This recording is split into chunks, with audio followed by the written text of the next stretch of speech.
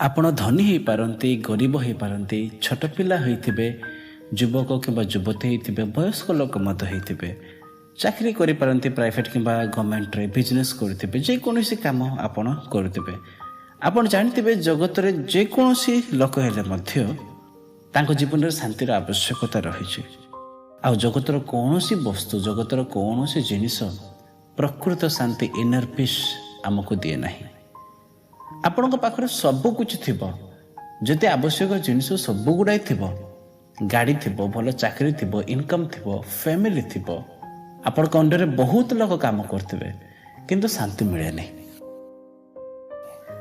କେତେକ ଲୋକ ଭାବନ୍ତି ଭଲ ଚାକିରି କରିଦେଲେ, ବେଶୀ ପଇସା ରୋଜଗାର କରିଦେଲେ, ଫେମସ୍ ହେଇଗଲେ, ସେଲିବ୍ରିଟି ହେଇଗଲେ ଆକ୍ଚୁଆଲି ଜୀବନରେ ଶାନ୍ତି ଆସିବ, ଆରାମସେ ରହିବା।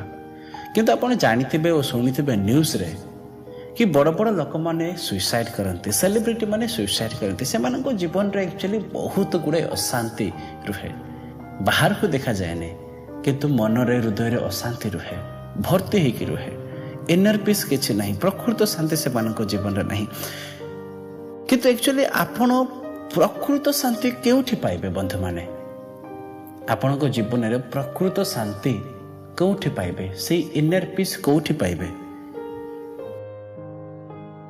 ମୁଁ ଆପଣଙ୍କୁ ଯାହା ବିଷୟରେ କହିବାକୁ ଯାଉଛି ସେ ହେଉଛି ଶାନ୍ତି ରାଜା।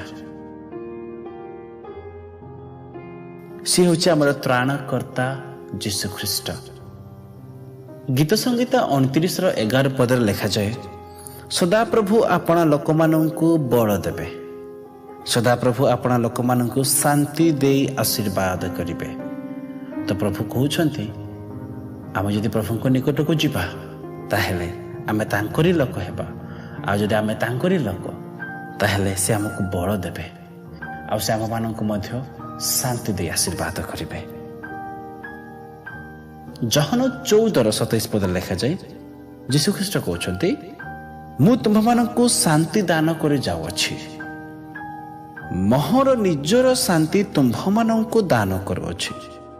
ଜଗତ ଯେପରି ଦାନ କରେ ମୁଁ ତୁମ୍ଭମାନଙ୍କୁ ସେପରି ଦାନ କରୁନାହିଁ।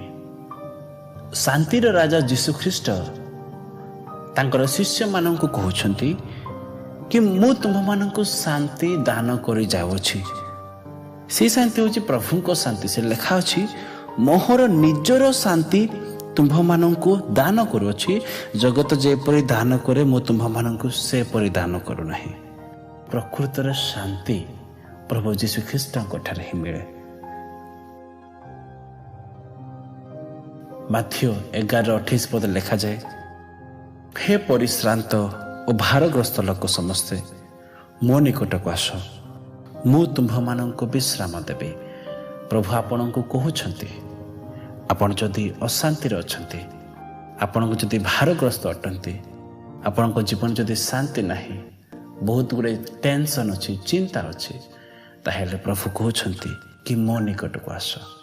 ଆପଣ ପ୍ରଭୁଙ୍କ ନିକଟକୁ ଯାଆନ୍ତୁ, ପ୍ରଭୁଙ୍କ ଠାରେ ସମର୍ପଣ କରନ୍ତୁ। ଆପଣ ଜଗତର କୌଣସି ଲୋକଙ୍କୁ କହିଲେ ତାଙ୍କେ ସଲ୍ଭ କରିପାରିବେନି ବନ୍ଧୁମାନେ। ଆପଣ ପ୍ରଭୁଙ୍କ ନିକଟକୁ ଯାଆନ୍ତୁ, ଆପଣ ପ୍ରଭୁଙ୍କ ନିକଟରେ ସବୁ କିଛି ସମର୍ପଣ କରନ୍ତୁ। ଆପଣଙ୍କର ସମସ୍ତ ଅସୁବିଧା ପ୍ରଭୁଙ୍କ ନିକଟରେ ସମର୍ପଣ କରନ୍ତୁ। ଆପଣ ନିଜକୁ ପ୍ରଭୁଙ୍କ ନିକଟରେ ସମର୍ପଣ କରନ୍ତୁ, ନିଜର ପାପ ସବୁ ପ୍ରଭୁଙ୍କ ନିକଟରେ ସମର୍ପଣ କରନ୍ତୁ।